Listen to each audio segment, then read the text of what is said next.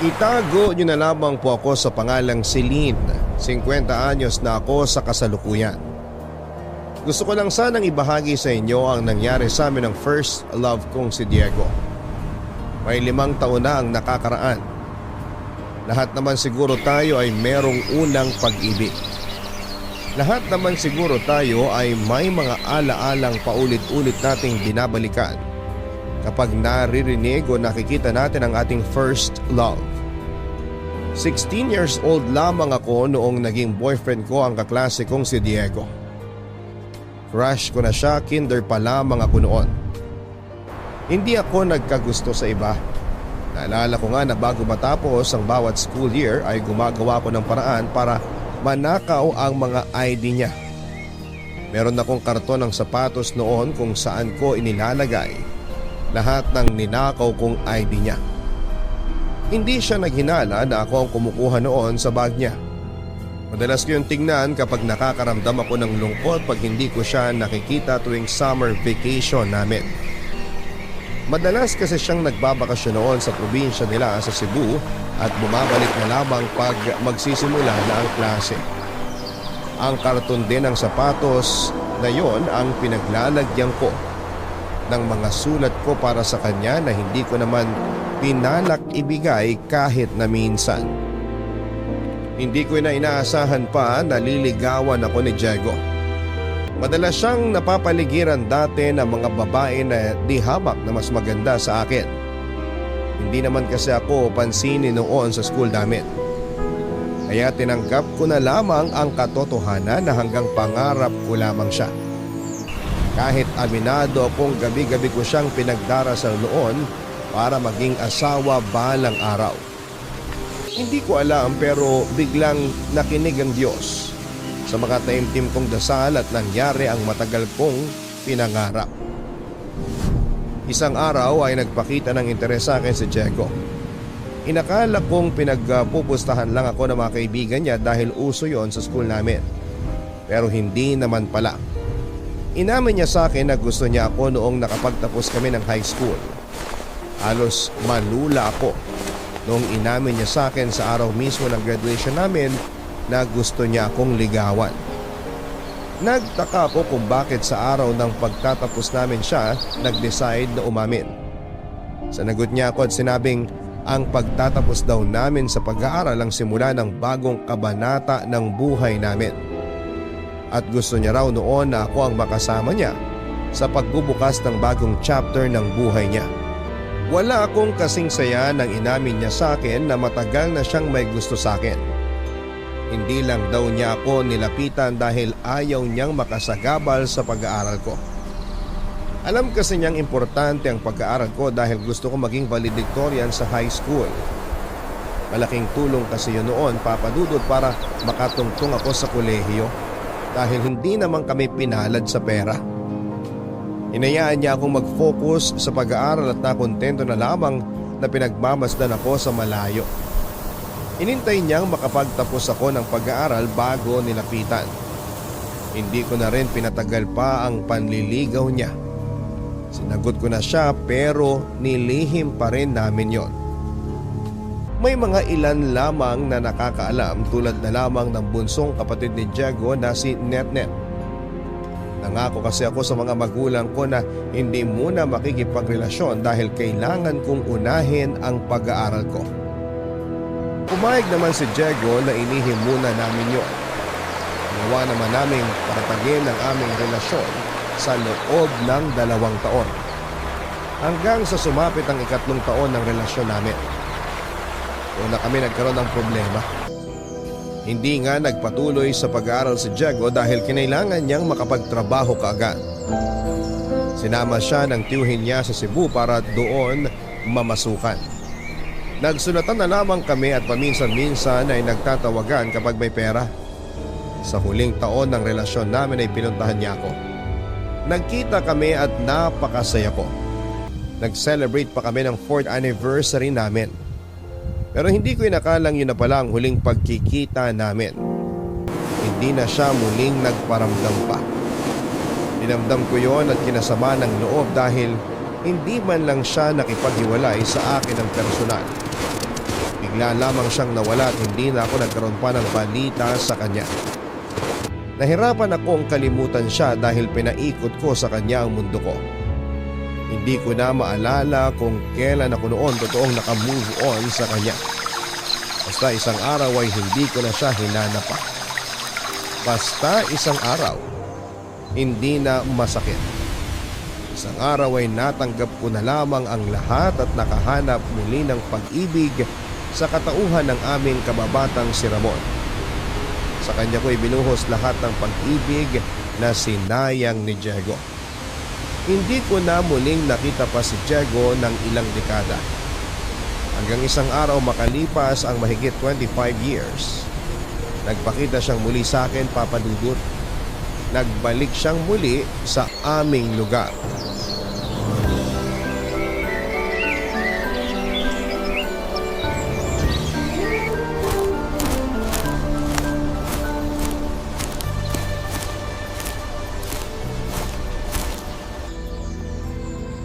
Celine? Diego? Kumusta ka na? Ayos naman ako. Ikaw? Ang laki ng ginanda mo. Hindi kita nakilala. Baka ang ibig mong sabihin ang laki ng tinanda ko. Anong tinanda sinasabi mo? Mukha ka pa rin high school. Ang kinis pa rin ng balat mo. Ha? Saan banda makinis? Napakasinungaling nito. Pwede ba kitang ipasyal mamayang hapon? Ipasyal? Bakit? Di ba gusto mong laging namamasyal? Hindi mo naman ako kailangang ipasyal. Pumunta tayo ron sa bilian ng mga puto sa ikatlong kanto. Ililibre kita. Binayaran na kasi ni Nenet yung utang niya sa akin. Kasama mo na ulit bunsong kapatid mo? Hindi ba't...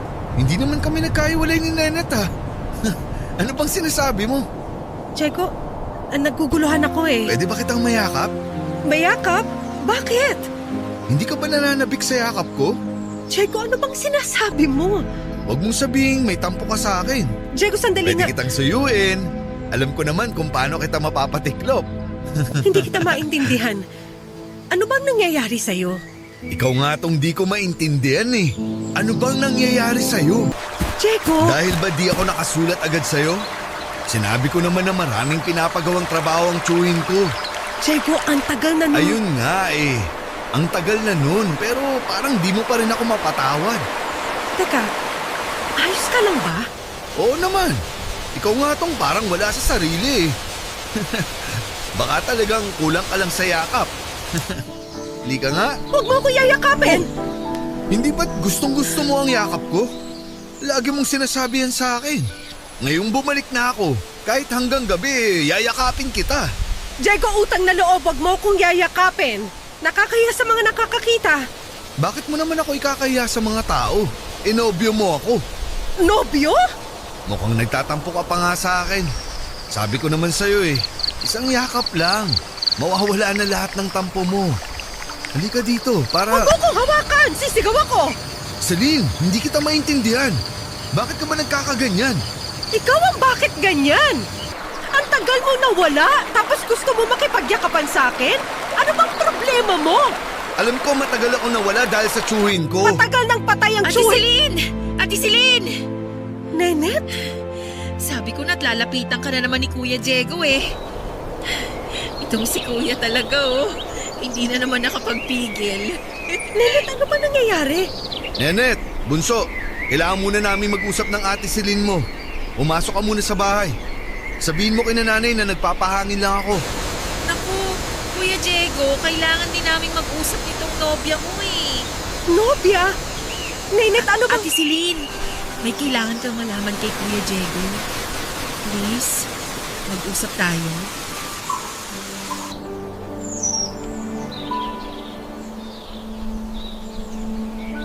Si Nenet ang bunso at nag-iisang kapatid ni Diego at 5 taon ang tanda namin ni Diego sa kanya. Naging close kami nung naging kami ng Kuya Diego niya. Isa siya sa ilang mga nakakaalam sa relasyon namin. Sinuportahan niya ang relasyon namin ni Diego kaya labis din siyang nasaktan nung time na iniwanan ako ni Diego nang walang paalam. Ilang beses kong kinulit noon si Nenet para sabihin sa akin kung bakit bigla na lamang hindi bumalik si Diego sa amin. Tinikom niya ang bibig niya bilang respeto sa kahilingan ni Diego. Hindi na kami nakapag-usap ni Ninette dahil nagtampo ako sa kanya.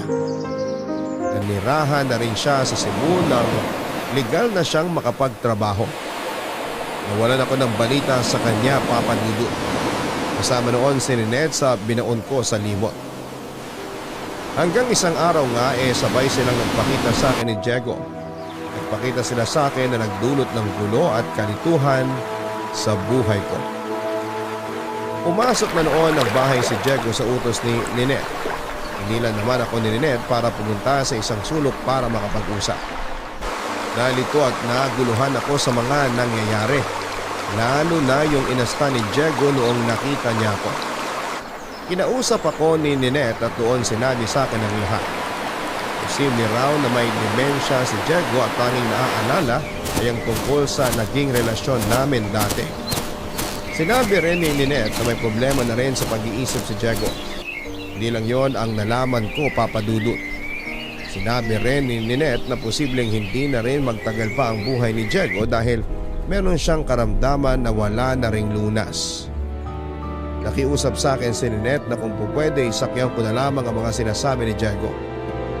Nakiusap siyang magpanggap pa rin akong karelasyon si Diego dahil kapag nahaharap sa kasalukuyan si Diego, nagpapanig siya at naglalayas. May ilang beses din daw nagtangkang magpakamatay si Diego. Hindi pa kayang iproseso noon ng utak at katawan ni Diego ang kasalukuyan kaya hinayaan siya ni Ninette na mamuhay sa nakaraan. Hindi ko nun alam kung ano ang gagawin. Kaya naman kinausap ko ang asawa kong si Ramon para magpasaklolo.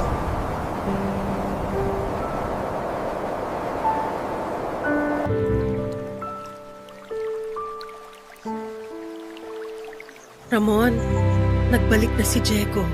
Babalik ka na ba sa kanya? Iiwan mo na ba ako? Ramon, Biro lang ang sinabi ko si Lynn ha. Huwag mo totohanin. Ramon, ang komplikado ng sitwasyon. Teka nga, ano ba nangyari? Babalik ka ba kay Diego?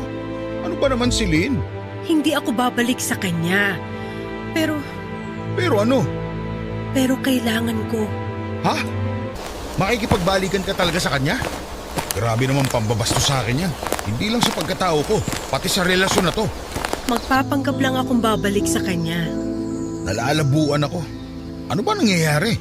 Ang nangyari, nakita ko siya kanina habang naglalakad ako pa uwi rito. Tapos ano? Na-inlove ka na ulit?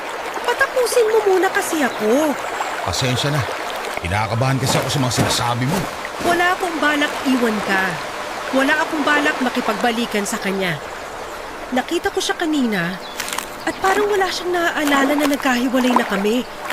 Parang ang nakaraan namin kasalukuyan pa rin sa kanya. Teka nga. Naguguluhan ako. May sakit sa isip si Diego.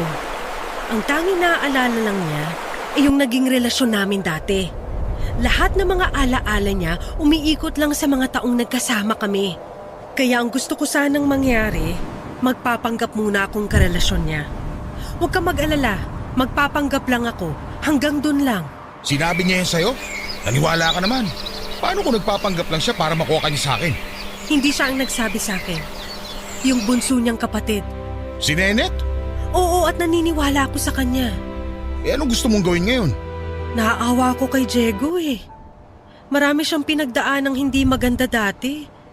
Ilang beses siyang inabuso sa pinagtrabahuhan niya dati sa Cebu.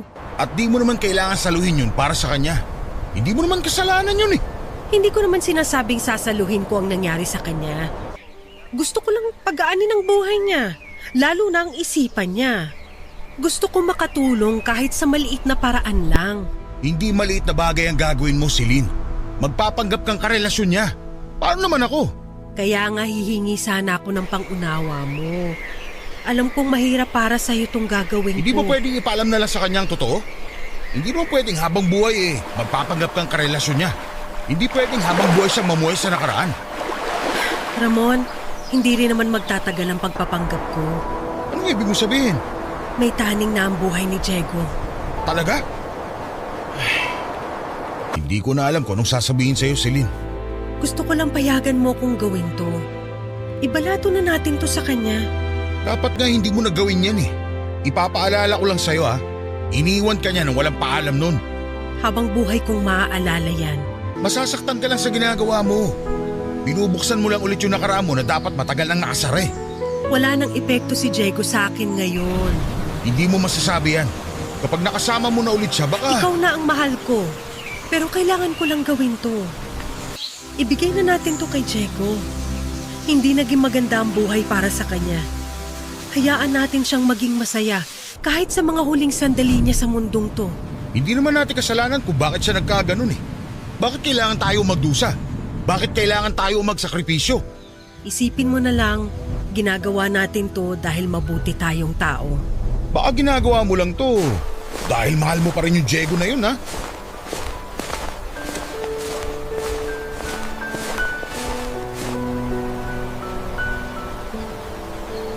Hindi ko na mahal si Diego, yun ang sigurado ako noon. Ilang beses kong kinumbinse si Ramon para pumayag siya sa plano namin ni Net. Natagalan pero pumayag din naman siya, Papa Dudut, dahil na-realize ni Ramon na kailangan ni Diego ng tulong at pangunawa. Natakot lang si Ramon dahil alam niyang malaki ang naging parte ni Diego sa buhay ko. Sinabi nga niya na paano ba raw niya mahihigitan ang unang taong nagpakilala sa akin sa pag-ibig. Inumbinso ko naman siyang nakaraan na si Diego at wala nang dahilan para bumalik ako sa kanya. Hindi naman kaagad naniwala si Ramon sa akin. Malaki ang naging selos ng asawa ko kay Diego. Nasaksihan kasi niya kung paano ko minahal si Diego, Papa Dudut. Magkababata kami noon ni Ramon at dati pa lamang ay may gusto na siya sa akin pero nakatingin kasi ako madalas kay Diego. Kaya hindi ko pinansin si Ramon. Nagtiyaga at nakontento na lamang si Ramon na maging kaibigan ko. Noong time na iniwan ako ni Diego ay si Ramon ang nagtiyagang makinig sa mga malulungkot kong kwento. Siya ang umalalay sa akin noon habang paulit-ulit kong inaalala si Diego. Tinulungan ako ni Ramon para gumaan kahit papaano ang bigat na dinulot ni Diego sa akin. Hanggang isang araw ay inamin na ni Ramon na mahal niya ako. Sinabi niya sa akin na gusto niyang makasama ako. Hindi ko noon alam kung ano ang sasabihin sa kanya dahil mahal ko pa rin si Diego. Kahit sabihin pang may 3 taon lang nakalipas noon mula nang iniwanan niya ako. Naawa ako kay Ramon kaya ko siya sinagot. Nahiya na rin ako sa kanya noon dahil siya nga yung lagi kong nilalapitan sa tuwing nabibigatan ako sa nararamdaman ko. Inaral ko kung paano kalimutan si Diego at inaral ko kung paano mamahalin si Ramon. Nagtagumpay naman akong gawin niyong pareho. Nakalimutan ang nararamdaman ko kay Diego at minahal ko si Ramon. Sa loob ng ilang dekada ay nagpatuloy ako sa buhay kasama ang asawa kong si Ramon. Nakipagtulungan ako kay Ninette, Papa Dudut, at nilapitan ko siya para kausapin kung ano ba ang dapat gawin sa kondisyon ni Diego. Sinabi ko nga sa kanya na baka po pwede pang madaan sa pagpapagamot si Diego. Pero sinabi ni Ninette na hindi na rin daw uubra. Wala rin kasing pera noon sina Diego at Ninette kaya hindi nila makayanan kahit bumili ng gamot. Naawa naman ako at kahit gusto kong tumulong ay hindi ko magawa dahil parehas din kaming kapos sa pera. Kaya ang tanging na itulong ko na lamang ay ang magpanggap na maging karelasyon ni Diego. Inalikan ko ang lahat ng alaalang meron kami at hindi yon maganda sa pakiramdam. May mga alaala kasi na nakasaling sa puso ko, lalo na noong time na iniwanan niya ako. Pinilit kong isara dati ang huling taon ng relasyon namin ni Diego pero kinailangan kong buksan yun muli para makatulong sa kanya. Hindi ko ipinakita kay Ninette na nasasaktan ako sa mga naaalala ko. Gusto ko lang naman noon na makatulong kay Diego. Pero bakit ako yung sumasalo ng sakit? Noong sapat na ang alaalang meron ako ay pinuntahan ko na si Diego sa bahay nila ni Ninette. Noong nakapasok na ako sa bahay nila ay parabang nakabalik ako sa nakaraan. Inayos ni Ninette ang bahay nila sa dating itsura. Pinagbasehan niya ang mga lumang larawan nila noong mga bata pa lamang sila. Nabilib ako sa ginawang effort ni Ninette para makatulong sa kanyang kuya Diego. Sinabi sa akin ni Ninette na hindi niya alam kung paano ipagpatuloy ang ginagawang pagpapanggap sa harapan ni Diego. Nahiya rin siya na kinailangan akong idamay sa sitwasyon nilang magkapatid. Naubusan na lang daw kasi si Ninette ng dahilan kung bakit hindi raw ako nakikita noon ni Diego. Lagi raw kasi akong hinahanap noon ni Diego at walang masabi si Ninette sa kanya. Nasa kalagitnaan kami ng pag-uusap noon ni Ninette nang lumabas mula sa kwarto niya si Diego. Nanlaki ang mga mata ni Diego na lumapit sa akin. Yakap niya ako ng mahigpit. Hindi na ako pumalag noon at inayaan siyang amuyin pa ang aking bunbunan. Noong nakontento na si Diego, ay saka siya kumala sa pagkakayakap sa akin. Initian niya ako para ipakitang nananabig siyang makasama ako. Hindi ka na ba galit sa akin, Celine? Naku, hindi na ako galit. Sorry pala nung nakaraan ha. Tama ka nga. Nagtatampo lang talaga ako. Wala yun. Alam ko naman nagtatampo ka lang talaga. Sana kasi nagpalambing ka na lang sa akin. Mabuti na lang at pinakalma ako ni Ninette. Salamat, Nenet, ha? Paborito mo pa rin talaga ang ate Celine mo, no? Aba, oo naman. Wala naman akong ibang gustong maging hipag kundi siya.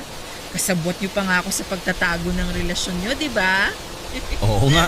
Alam mo, Celine, laging sinasabi ni Nenet sa akin na pakasalan na raw kita. Kasi baka mapunta ka pa sa iba. Ang dami pa raw binata sa eskwela niyo na masigit sa akin. Natakot tuloy ako bigla. Hala, totoo ba yun, Ninette? Oo naman, ate Celine. Sinabi ko nga kay kuya kapag nakapag-ipon na, pakasalan ka na bago ka pa mapunta sa iba. Wala naman akong balak mapunta sa iba. Kay Celine pa lang, masaya na ako. Kaya nga todo ipon ako nun sa Cebu eh. Wala rin naman akong ibang nakikitang makakasama ko kundi ikaw lang. Ate Celine, Kuya Diego, bibili lang ako ng soft drinks natin ha. Babalik ako agad. Magkwentuhan pa tayo. Sige, Dagdagan mo ng kabayan ha. Paboritong tinapay yun ni Celine eh. naaalala mo pa rin pala? Lagi mo ang sinasawsaw yun sa soft drinks na may yelo. Sige, mauna na ako. Ate Celine, ikaw na munang bahala kay Kuya Diego ha.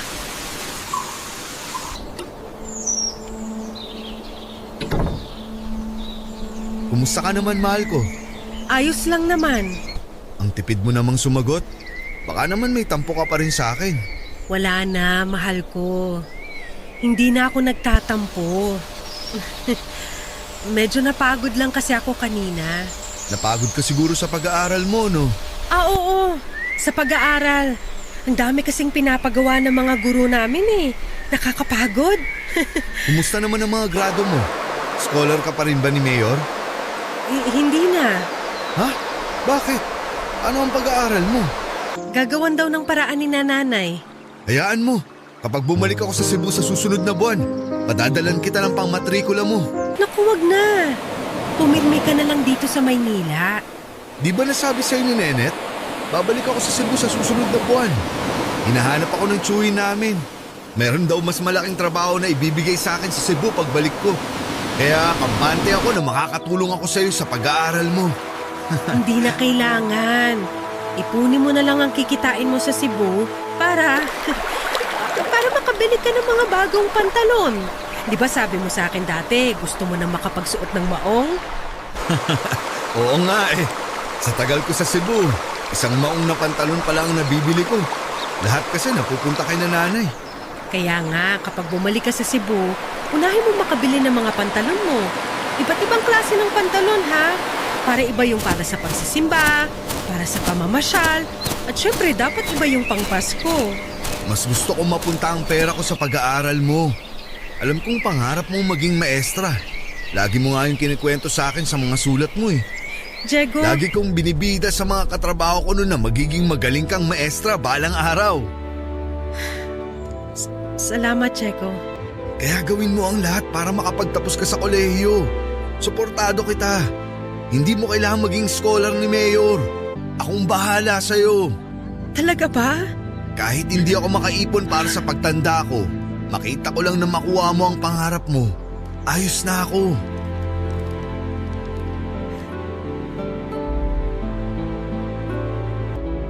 Naiyak ako sa mga sinabi ni Diego sa akin. Hindi pa rin niya nakalimutan ang mga pangarap ko. Masakit sa akin na balikan yon dahil gusto ko na sanang kalimutan ang naging pangarap kong maging maestra o maging guro. Papadudot, natanggal ako bilang scholar ni Mayor dahil napabayaan ko ang mga grado ko. Napabayaan ko dahil sa huling taon ng pag-aaral ko ay saka naman ako iniwanan ni Diego. Nawalan ako ng direksyon sa buhay dahil sa lungkot na idinulot ng pagkawala ni Diego. Hindi ako pumapasok noon sa school dahil mas pinili kong tumambay sa mga paborito naming lugar para alalahanin ang masasayang sandali namin ni Diego. Ginamit ko rin ang perang baon ko para ipangtawag sa kanya. Hindi niya ako kinausap noon at tanging ang tiyuhin niya lamang ang humingi ng pasensya sa pag-iwas ni Diego sa akin. Papadudot, hindi ko na tinuloy pang mag-aral dahil nawala na ako ng gana, lalo't wala na rin namang pag-asa na makapasa ko. Nagalit ang mga magulang ko sa ginawa ko pero wala silang nagawa para bumalik ako sa pag-aaral. Nagtrabaho na lamang ako bilang assistant ng isang kindergarten teacher para may pangkustos ako sa sarili ko. Hindi naging magandang epekto ng pagkaiwan sa akin ni Diego. Maraming bagay akong sinukuan noon, lalo na ang pangarap ko. Sinukuan ko na ring mabuhay noong naramdaman kong hindi na siya babalik pa sa akin. At dala ng sobrang lungkot ay nakunan ako, Papadudot. Walang nakakaalam na nabuntis ako ni Diego sa huling beses na nagkasama kami. Pinala kong sabihin yon sa kanya ng personal pero hindi na niya ako pinarapa. Hindi nga niya sinagot ang mga tawag ko. Hindi nalaman ng magulang ko ang tungkol sa pagbubuntis ko dahil iniipit ko ang tiyan ko noon. Bukod pa doon ay umalis na rin ako sa poder ng magulang ko para tumira na malapit sa napasukan kong trabaho. Hindi ko naalagaan ang pagbubuntis ko dahil masyado akong na-stress sa pakikipagbalikan kay Diego. Hindi ako nagpa-check up, hindi ako kumain noon ng masustansyang pagkain at hindi rin ako nakatulog ng maayos. Yun ang dahilan para bumigay ang sanggol na nasa sinapupunan ko. Naging doble tuloy ang sakit sa akin dahil nawala na nga si Diego. Nawala pa ang anak ko, Papadudot. Lahat ng mga alaalang ito ay nagbalik sa akin dahil sa nakipaglapit akong muli kay Diego. Hindi ko na noon alam kung kaya ko pa nga bang ipagpatuloy yon, lalo't ako ang nasasaktan sa mga nangyayari. Kanina ka pa rito sa labas ng bahay natin ah. Nagpapahangin lang. May electric fan naman tayo sa loob ng bahay. Mas malakas ang hangin nun. May problema ba, Celine? Ramon, gusto ko nang tumigil sa pagpapanggap kay Diego. Akala ko ba gusto mong makatulong sa kanya? Natutulungan ko nga siya pero paano naman ako? Sinong tutulong sa akin oras na kapitan ako ng lungkot? Pwede mo nang ihinto kung hindi mo na kaya. Sana ganun kadali. Nakukonsensya naman ako kung bigla ko na lang tong ihihinto. Parang iniwan ko siya sa Eric kung ganun. Ganun din naman ang ginawa niya sa'yo dati. Hindi naman porkit ginawa niya sa akin, gagawin ko na rin sa kanya. Ikaw kung... Ramon! Hala, anong ginagawa ni Diego rito? Hindi ko alam. Celine, anong ginagawa mo rito sa bahay ni Ramon? Saka ikaw, Ramon. Kanina pa ako kumakaway pero di mo naman ako pinapansin. Pasensya na, Diego. Alam mo naman may kalabuan ang mga mata ko. Grade 3 pa lang tayo, malabo na ang mata mo. Kaya lagi kang pinapaupo sa harapan ng klase eh. Lagi ka tuloy nauutusan ni Ma'am Cruz na magbura ng blackboard. Ano palang ginagawa mo rito, Celine? Di mo agad nasagot yung tanong ko kanina. May ano pinapakuha si Nani na mga... Pinapakuha nung nanay ni Celine yung mga pinatahin nilang kortina kay inang ko. Ganun ba? Celine, sana pala sinabi mo sa akin na pupunta ka rin rito kay Ramon. Para nagsabay na tayo. Biglaan kasi yung utos ni Nanay. Ikaw, bakit ka ba pumunta rito kina Ramon? Aayain ko sana siyang tumaya sa video karera dun sa kabilang kanto. May mga barya kasi ako rito eh. Hindi ako pwede, Diego eh. Sabado kasi ngayon kaya... Sabado pala ngayon. Oo pala. Kailangan mo palang samahan sina inang at amang mo sa palengke, no? Oo eh. Kailangan kong samahan si Inang para bumili ng tela para sa mga in-order sa aming kurtina. Sabi ko sa'yo, matalas pa rin ang isipan ko eh. Andito ba sila ngayon? Gusto ko sana silang kamustahin. Last year ko pa silang huling nakita eh. Inang! Amang! Naku, nahuli ka na. Kalalabas lang nila kanina. Nag-deliver sila ng kurtina kina Kaiming. Naku, si Kaiming! Buti nabanggit mo siya. Bala kong bumili ng balisong sa kanya. Ireregalo ko kay Nenet para may pang-proteksyon siya kapag papasok sa eskwela. Samahan mo ako minsan kay Kaiming ha, Celine. Bibilan na rin kita ng sayo para magamit mo kung sakaling may bumastos sayo pag papasok ka sa eskwela. Sige, ikaw ang bahala. Naalala ko pala bigla, Ramon. May pinapasuyo kasi si inang mo sa akin na danggit sa Cebu eh. Di ako nakabili. Nakakahiya tuloy. Hayaan mo na yun. Maiintindihan niya kung bakit di ka nakabili. Lagi kasi niyang pinapaalala sa akin sa tuwing umuwi ako rito sa Maynila. Lagi niya akong hinahawakan dito sa bandang siko ko para ipaalala sa akin yung danggit. Paborito kasi nila ang mga danggit sa almusal. Nabanggit nga rin niya yan sa akin. Sabi nga ni inang mo eh, dahil daw sa binibiling danggit ng amang mo dati, kaya naging sila. Oh, paano ba yan, Celine? Danggit na lang ata ang bibilin ko sa'yo para tayo na ang magkatuluyan. Puro ka talaga biro, Diego. Hindi ako nagbibiro ah. Alam ni Ramon kung gaano ako kaseryoso sa'yo. Di ba Ramon? Di ba? Oo naman. Celine, mahal na mahal ka ni Diego. Alam ko yun. Alam na alam.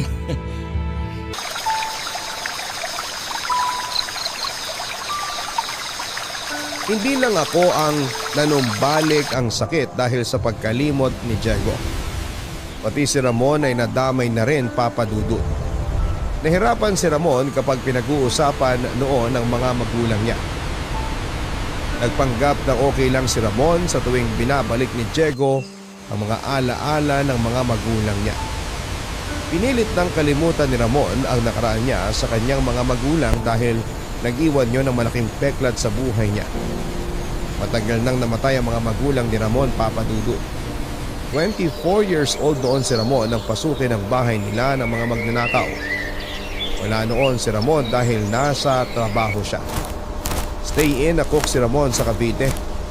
2 beses lang sa isang buwan kung makauwi siya sa magulang niya. Gabi nung pinasok ng mga magnanakaw ang bahay ni Ramon. Nakatulog ang mga magulang niya habang nililimas ang mga gamit nila. Nagising ang amang ni Ramon nang may marinig siyang pagkalampag sa sala at doon ay naabutan niya ang mga magnanakaw. Nagmakaawa ang amang ni Ramon na huwag silang sasaktan. Nung una ay tumupad naman sa usapan ng mga magnanakaw. Hinayaan ang kanyang ama na kunin lahat ng kailangan nila, huwag lamang silang sasaktan ni ina. Pero nag-ibang lahat ng nagising ang inang ni Ramon. Nagpanik ang kanyang inang at sumigaw. Yan ang dahilan para pagsasaksakin ng mga magulang ni Ramon. Narinig yon ng ibang kapitbahay pero hindi sila nakialam sa takot na madamay.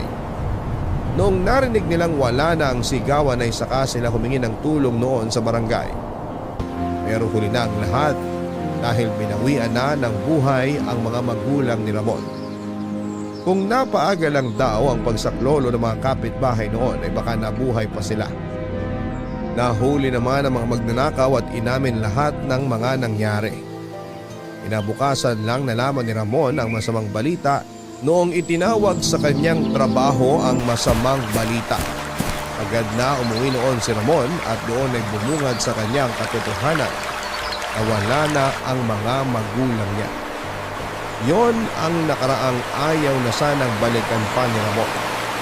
Pero nagawang ungkatin yun ni Diego nang hindi sinasadya dahil sa kanyang kondisyon. Ilang beses ko nang gustong umatras noon sa pagpapanggap, Papa Dudut. Pero para bang hinihila pa rin ako pabalik kay Diego. Nasasaktan ako noon sa tuwing na ibabalik sa akin ang mga ala-ala naming dalawa. Pero hindi ko maintindihan ang sarili ko kung bakit parang gusto ko pa rin noong pakinggan ang mga alaalang nilalatag noon ni Diego sa akin. Dahil sa pagkakalapit naming dalawa ni Diego, nakaramdam ako ng takot na baka bumalik ang pagmamahal ko sa kanya.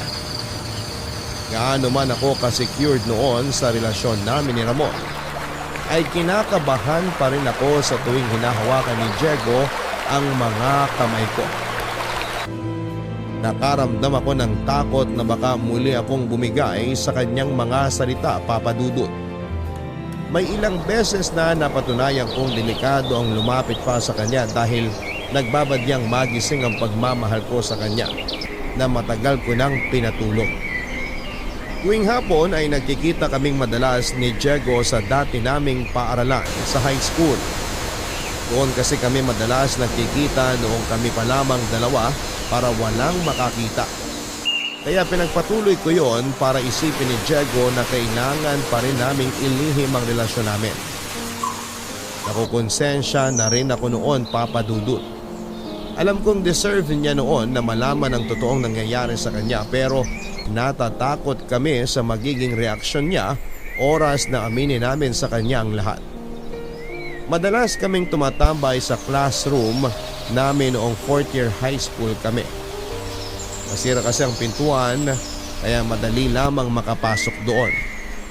Laging nagdadala noon si Diego ng kikiam at palamig na merienda namin habang nakatambay.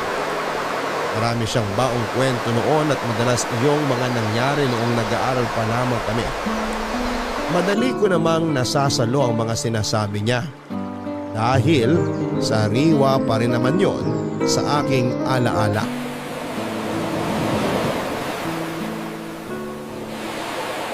Hindi na ako halos magkasya sa upuan na to.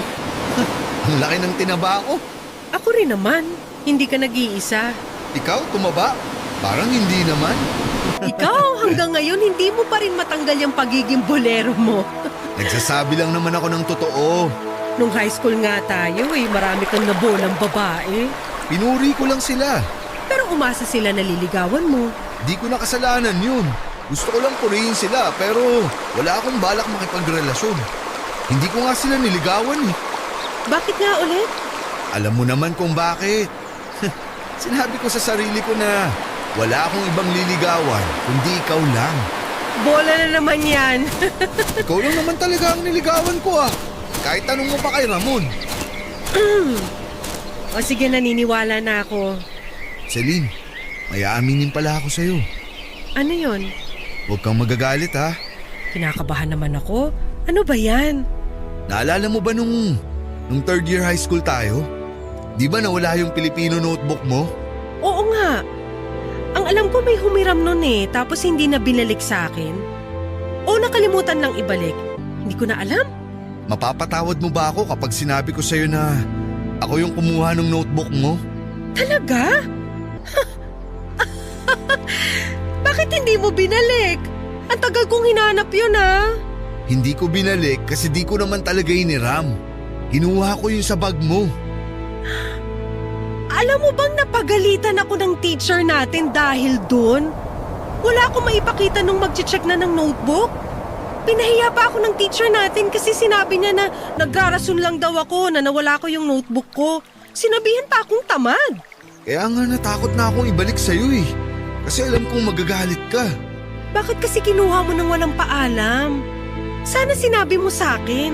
Hindi naman ako madamot. Nagpapahiram naman ako ng gamit Nahihiya kasi ako sa'yo. Di kita malapitan kasi ewan ko ba. Kaya nung PE natin, kinuha ko yung notebook mo. Bakit mo nga kinuha? Ilang beses kasi kitang nakita na nagsusulat ng tularon sa notebook mong yun.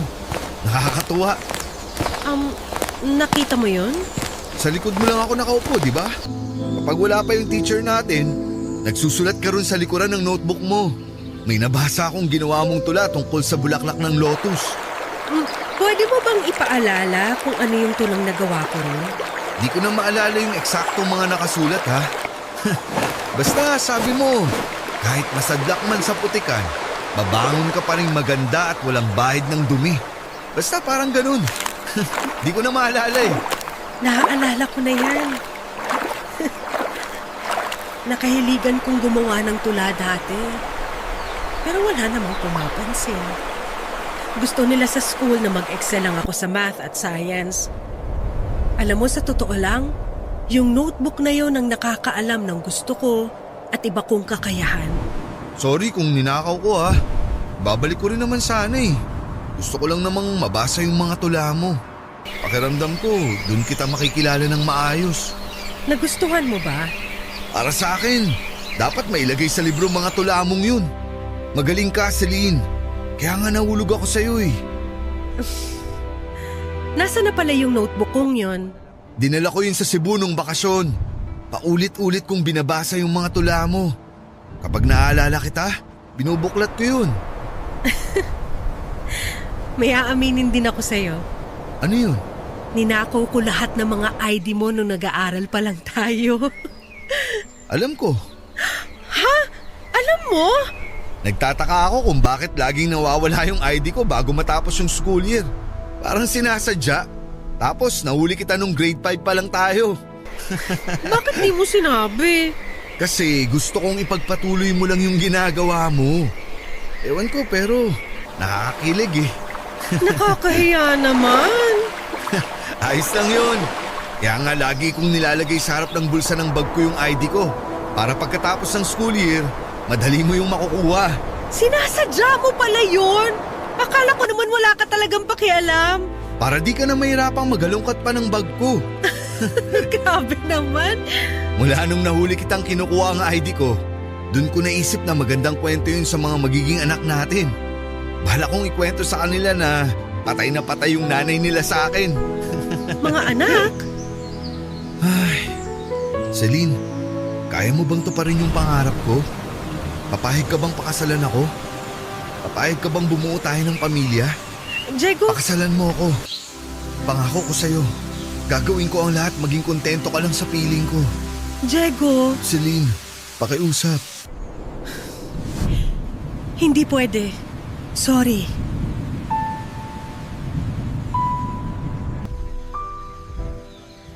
Nabigla ako sa proposal ni Diego. Hindi ko inakalang aabot kami sa ganung punto at napatakbo ako palayo sa eskwelahan namin. Hindi muna ako umuwi noon sa amin dahil alam kong pupuntahan ako noon ni Diego. Sumakay ako ng bus at wala na akong pakialam noon kung saan man ako dalhin. Umiyak ako sa loob ng bus noon, Papa Dudut. Wala na akong pakialam kung nakatingin sa akin ang mga ibang kasabayan ko. Inaalala ko yung eksenang nag-propose sa akin si Diego. Matagal kong pinangarap yon, Papa Dudut, at bata pa lamang ako noon ay lagi ko na yung ipinagdarasal. Nakailang sabit na ako ng sampagita sa batok ng mga santo sa bahay para mapagbigyan nila ako sa natatanging hiling ko, pero hindi yon nangyari. Iniwan ako ni Diego nang walang paalam kaya naging masakit sa akin na bitawan ang kahilingan kong yon. May mga oras noon na sinisisi ko ang Diyos dahil hindi niya ako pinagbigyan maging masaya sa piling ni Diego. Lalo na noong nakunan ako sa anak naming dalawa. Tinalikuran ko noon ang paniniwala ko sa konsepto ng pag-ibig kahit pa nga naging kami na ni Ramon. Papadudot, hindi kami kinasal ni Ramon. Totoo namang minahal ko siya pero dala ng takot sa nangyari sa amin ni Diego ay hindi na ako naniwala sa usapang kasal. Nagsama na lamang kami ni Ramon. Ilang beses ngang napahiya si Ramon sa tuwing nagpo-propose siya sa akin sa harapan ng maraming tao. Laging hindi ang nagiging sagot ko sa bawat tanong niya kung gusto ko ba siyang pakasalan. Ilang beses namin yung pinag-awayan. Sinabi niya na pakiramdam niya dahil mahal ko pa rin daw si Diego, pero hindi yon ang katotohanan. Masyado lamang ako nasaktan sa mga nangyari sa amin ni Diego kaya nawala na ako ng tiwala sa kasal. Hindi na rin kami nagkaanak pa ni Ramon dahil after kong makunan ay nagpa siya akong magpa-ligate. Hindi yun nalaman ni Ramon kaya nakukonsensya ako noon kapag umaasa siyang makakabuo kami. Hanggang isang araw ay tinanggap na lamang niya na hindi na siya magkakaroon pa ng tsansang maging ama, Papa Dudut. Masyado akong dinurog ng nangyari sa amin ni Diego. Nadamay pa si Ramon at nasasaktan ako doon. Mahal ko ang asawa kong si Ramon pero masyado lamang akong pinangibabawan ng galit at sakit kaya hindi ko yon mabuhos sa kanya ng todo.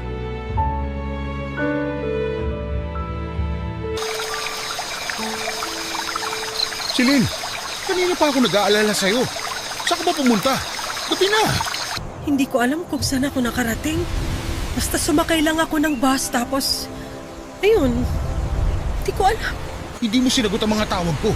Kala ko kung ano na nangyari sa'yo. Ayos lang ako.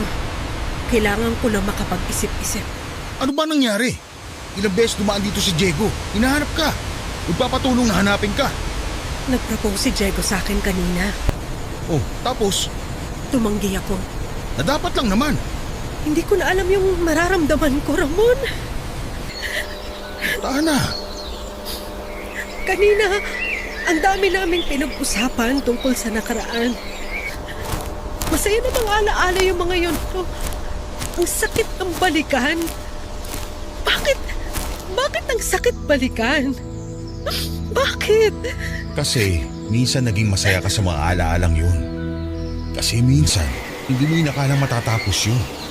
Ramon, wala na akong dapat maramdaman para kay Diego eh. Dapat awa na lang, di ba? Yun naman ang usapan, di ba? Mahal mo pa rin ba siya? Hindi ko alam. Kailangan alamin mo, Ramon, mahal kita. Ano man ang maging desisyon mo, basta tatandaan mo lang na mahal kita. Ramon. Halika rito. Yakapin mo ako. Nakakatakot ang nangyayari sa'yo. Baka sakaling makatulong kapag niyakap mo ako. Mahal na mahal kita, Ramon, pero... Anong ibig sabihin nito? Diego! Kulang na lang maghalikan kayong dalawa. Magpapaliwanag ako! Magpaliwanag ka talaga, Celine. Huwag mo siya sigawan! Bakit? Sino ka ba para utusan ako? Kaibigan ka lang namin ni Celine. Diego, pakiusap! Alam mo, Ramon, matagal ko nang alam na may gusto ka kay Celine. Hindi kita pagbabawalan doon. Hindi kita sisisihin sa nararamdaman mo. Pero yung salisihan ako, hindi tama yon. Hindi mo alam ang sinasabi mo! Ramon, wag mo na siyang patulan. Sabihin mo nga sa akin, Celine. Kaya ba tumanggi kang kasalan ako? Dahil ba to kay Ramon? Sabihin mo! Diego! Sabihin mo! Mahal kita, Celine. Wala akong ibang minahal kundi ikaw. Tiniis ko malayo sa'yo para mabigyan ka ng magandang buhay. Kasi alam ko kailangan mo yon. Diego! Sinakripisyo ko huwag kang makasama. Para na makapag-ipon ako. Para sa'yo. Para sa atin. Para sa magiging pamilya natin. Tapos... Tama na, Diego! Halika! Doon tayo mag-usap! Huwag mo ako hawakan! Traitor ka, Ramon! Traitor ka, Celine! Kumalma ka, Diego! Parang awa mo na! Anong ginawa ko sa inyo? Bakit ginanito niyo ako? Anong mali ko? Anong ginawa ko? Diego, mag-usap tayo. Parang awa mo na. Kumalma ka! Huwag mo ako hawakan! Malandi ka, Celine! Malandi ka! Mamatay ka na sana, Celine! Mamatay ka na! Bawiin mo lahat ang sinabi mo kay Celine! Kung ayaw mo mas padugoy ko bibig mo! Mamatay ka na rin, Ramon! Mamatay ka na! Bawiin mo lahat ang sinabi mo! Mamatay na kayong lahat!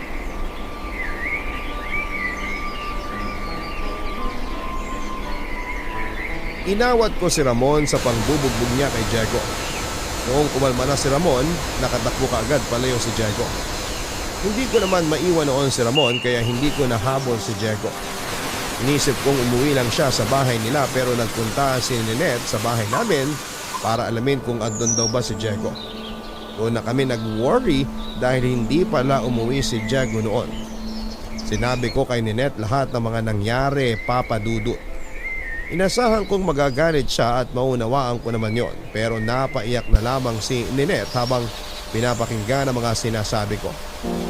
Naintindihan niya kung bakit ganon ang reaksyon ni Ramon sa ginawa ni Diego. Hiningi ko ng pasensya ang pananakit ni Ramon kay Diego pero sinabi ni Ninette na wala kaming kasalanan sa mga nangyari. Yun nga raw talagang magiging epekto dahil sa patuloy naming pagpapanggap. Naisip ni Ninette na sabihin na kay Diego ang katotohanan pero nagdadalawang isip siya dahil baka mas lalong mapasama ang kuya niya. Hinanap namin noong gabing yon si Diego. Nireport na rin namin sa barangay ang mga nangyari. Sinisi kami dahil sa mga ginawa naming pagtatakip. Pero hindi na lamang namin nilaban ang dahilan namin dahil wala namang totoong makakaunawa ng sitwasyon naming lahat. Hindi namin nakita si Diego, hindi ako nakatulog noon sa pag-aalala, Papa Dudut. Sinisisi ko ang sarili ko at sana'y pumayag na lamang ako noon sa inalok niyang kasal para hindi na kami umabot sa ganung punto. Kaso naisip ko na paano kung matuloy ang kasal na yun. Paano na lamang si Ramon? Papadudot wala na akong ibang gustong makasama sa kasalukuyan kundi si Ramon.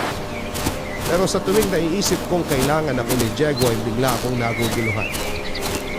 Nahiga na ako noon sa kama nang nagpa siya akong hanapin si Diego ng mag-isa.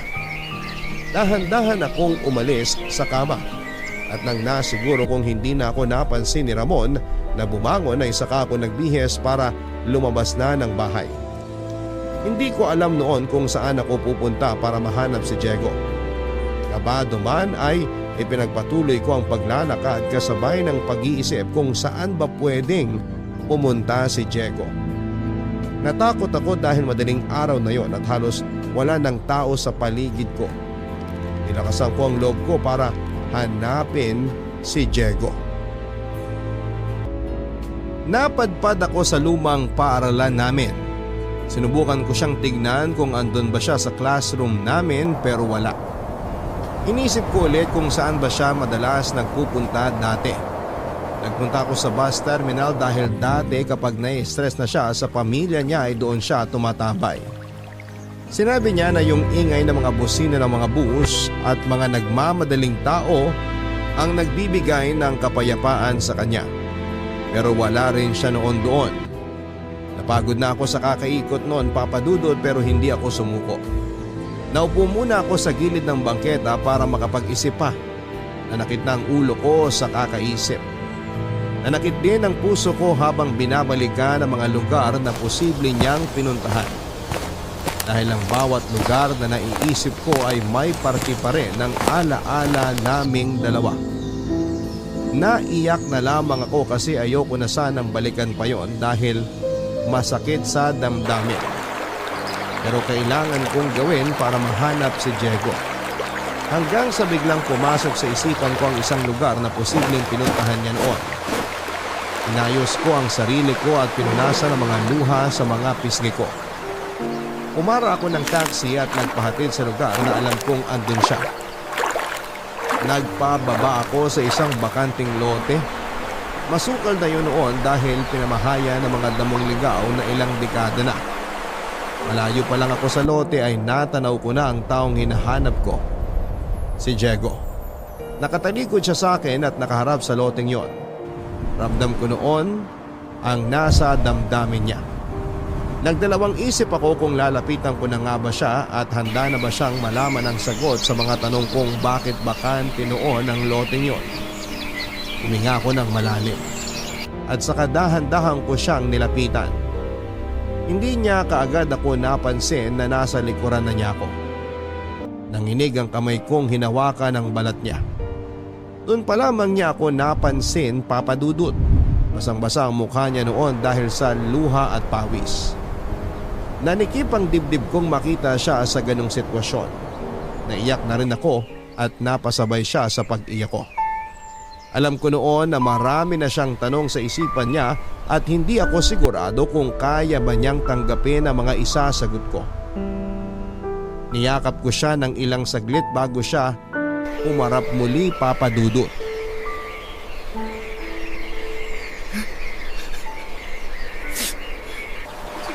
Celine, ano na bang nangyayari? Diego! Pumunta ako rito para makita ang chapel. Pero bakit wala? Andito lang yun nung nakaraang buwan, di ba? Alam ko andito pa yun eh. Diego, mabuti pa umuwi na tayo. Bakit ang bilis nilang giniba yung chapel? Tapos, ang bilis na buhay ng mga damong ligaw. Bakit? Bakit ganun? Tsaka ko nasasabihin sa'yo kapag nakaalis na tayo rito. Hindi! Hindi! Ayoko! Diego! Bakit bakanting lote na lang to? Nasaan na yung chapel? Hindi ko alam. Bakit hindi mo alam? Nandito lang tayo nung nakaraang buwan, di ba? Naglakad pa tayo ng sabay papunta sa altar. Kasi Nagpa-practice tayo ng lakad natin kapag kinasal na tayo, alam ko, natatandaan ko. nakasuot ka pa na ng pink na bestida. May bulaklak pa sa laylayan, di ba? Nakasuot ka rin ng puting t-shirt na regalo sa'yo ni Nenet nung birthday mo, nung mag-19 ka. Namitas pa ako ng santan para hawakan mo habang naglalakad tayo sa altar. Hinaluan mo pa nga ng dahon ng pandan at binalot pa sa Manila paper para magmukhang bouquet. Nasaan na yung chapel, Celine? Bakit nawala? Siguro kasi kailangan mawala na nun kasi masyado ng luma. Hindi na kasi ligtas na puntahan, na dalawin.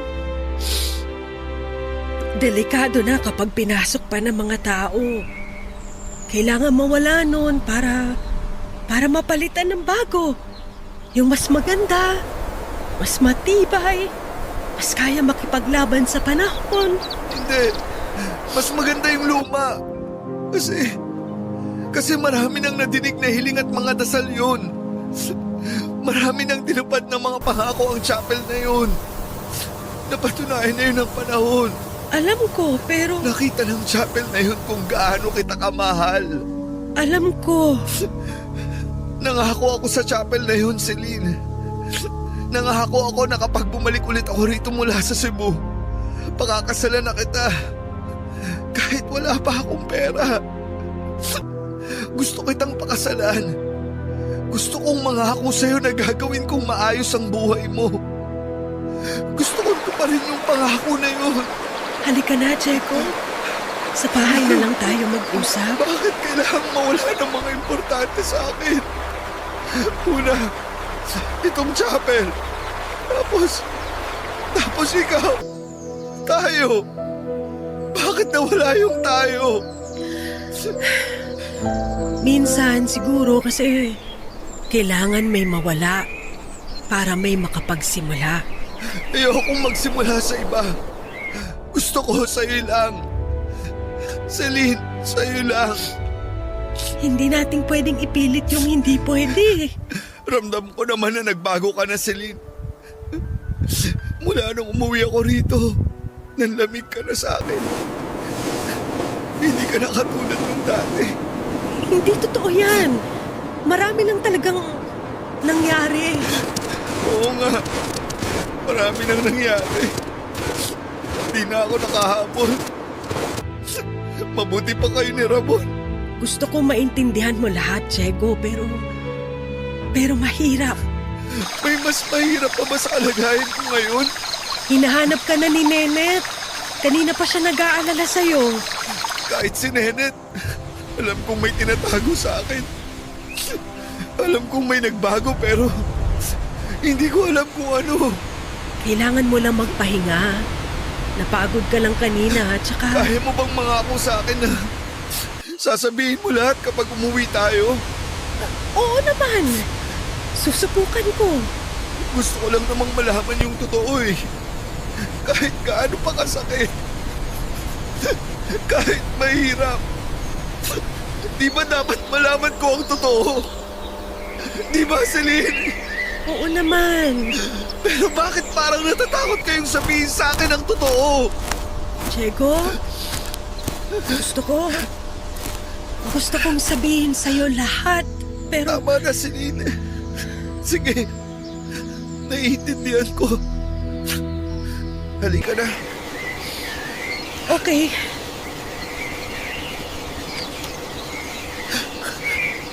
Celine, Bakit? nahihilo ako. Konting lakad na lang makakasakay na tayo. Diego! Diyos ko!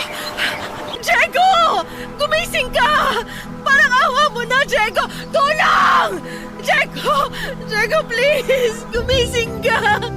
Diego! Tulungan niyo kami! Tulong!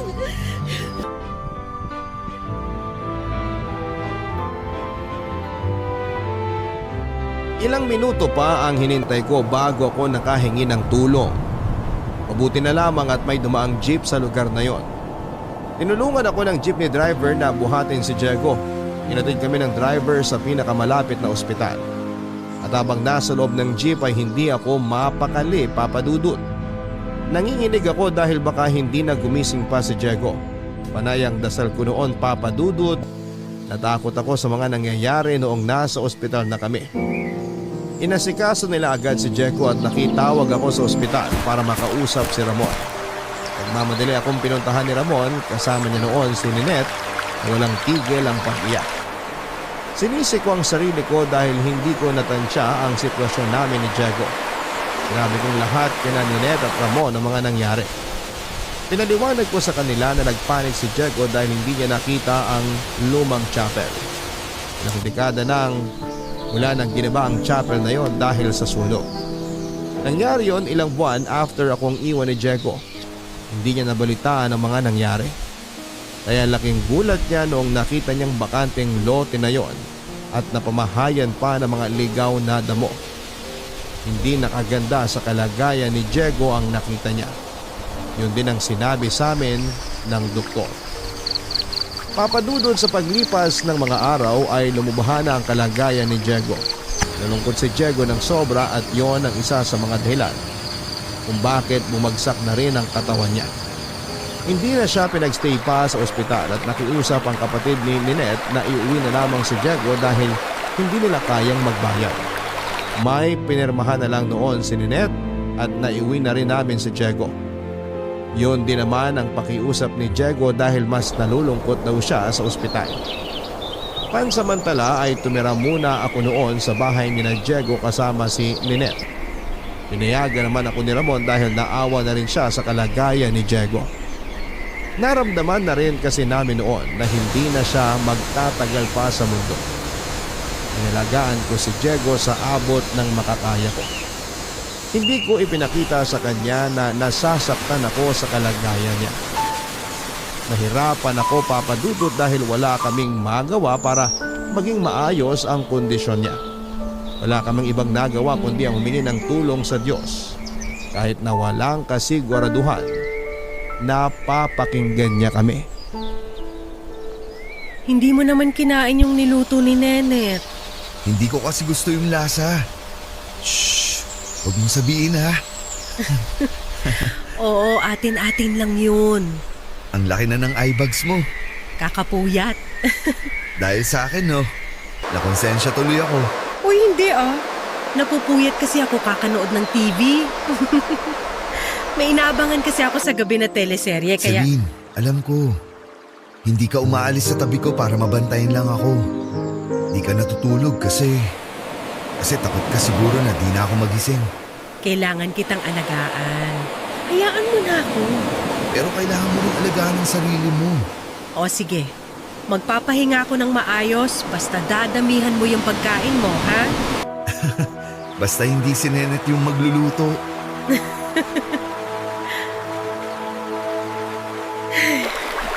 Celine? Napatawad mo na ba ako? Para saan? Sa pag-iwan sa'yo nun. Wala yun. Ayos lang naman kung hindi. Kasalanan ko naman. Hayaan mo na nga yun. Hindi mo alam kung ilang beses ako natuksong tawagan ka. Balikan ka. Pero hindi mo ginawa. Kasi naluwag ako. Parang hindi ko kaya marapin ka. Ayokong makitang galit ka sa akin. Ayokong maramdaman na namumuhi ka sa akin. Nasaktan ako noon, Diego. Oo, yun ang totoo. Pero ayoko nang mabuhay sa galit. Kaya pinatawad na kita. Kung di lang ako nagpasindak sa nanay mo. Anong ibig mong sabihin? Huwag mong sasabihin sa kanya ha.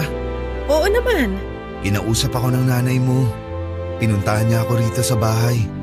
Alam na pala nila ng tatay mo na may relasyon tayo. Nung pinuntahan ka ni nanay, inaway ka ba niya? Hindi naman. At kung aawahin man niya ako, ayos lang. Alam kong pinoprotektahan ka lang niya dahil nanay siya.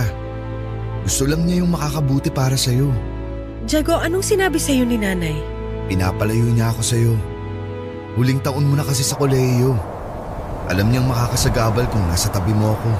Hindi naman totoo yun eh. Ikaw pa nga tong naging inspirasyon ko para pagbutihin ko ang pag-aaral ko. Pero di kasi yung nakita ng nanay mo. Hindi ko alam na ganyan pala ang nangyari. Sana nalaman ko para... Gusto kong sabihin sa'yo yung totoo. Nalalayo ako kasi ayoko makasira sa pag-aaral mo. Ayoko sanang lumayo, Celine. Pero sa tuwing nagkukwento ka sa akin tungkol sa pangarap mong maging teacher, nadudurog ako. Paano kung ako pala yung hadlang sa pangarap mo? Bakit hindi mo ko pinaglaban? Kasi gusto kong ipaglaban mo yung pangarap mo. Ang unfair naman nun, Diego. Hindi mo man lang ako kinausap. Hindi mo man lang sinabi sa akin yung totoo. Akala ko ba importante na magsabi ng totoo? Yung totoo? Wala naman talagang may gustong malaman yung totoo. Yun ang totoo. Huwag mo akong paikutin. Nasaktan ako sa ginawa mo. Hindi mo ako binigyan ng tsansa na ipaglaban ka, na ipaglaban tayo. Hinayaan mo ako mag-isa. Halos mabaliw ako noon kakaisip kung saan ako nagkamali para iwan mo na lang ako ng ganun-ganun lang. Kaya nga nagsisisi ako eh. Kung alam mo lang kung ilang beses kong gustong hablutin yung telepono para kausapin ka sa tuwing tumatawag ka. Pero di ko magawa. Hinintay kita. Sumulat ako sa'yo araw-araw. Mas marami pa akong sinulat sa'yo kaysa sa sinulat ko sa mga notebook ko sa eskwela. Pinagsisihan kong iniwan kita sa ere. Nasira ang loob ko noon. Hindi ko na alam yung ginagawa ko. Para rin naman sa'yo yun. Para sa pangarap mo. Nawala yung pangarap ko mula nung iniwan mo ko. Celine. Pinabayaan ko ang pag-aaral ko. Kasi alam mo kung ano yung totoo? Ikaw! Ikaw yung totoong pangarap ko! Ikaw yung matagal kong pinagdasal! Bata pa lang tayo, alam kong ikaw na yung gusto kong makasama sa pagtanda. Pero anong ginawa mo, Diego? Sinira mo ang pangarap kong yon! Patawad, Celine. Kaya nga ako bumalik ngayon. Kasi gusto ko... Wala ka nang babalikan, Diego! Alam ko. Kaya lang naman ako bumalik para sabihin sa lahat. Para maisara mo na yung libro nating dalawa. Kasi tapos na ako sa buhay mo, Celine. Alam ko yun. Ramdam ko yun. Hinihintay ko lang na sabihin mo sa akin yun kasi di ko kaya kung ako ang gagawa nun. Salamat. Sana napalaya mo na ako. Sana napalaya mo na tayo.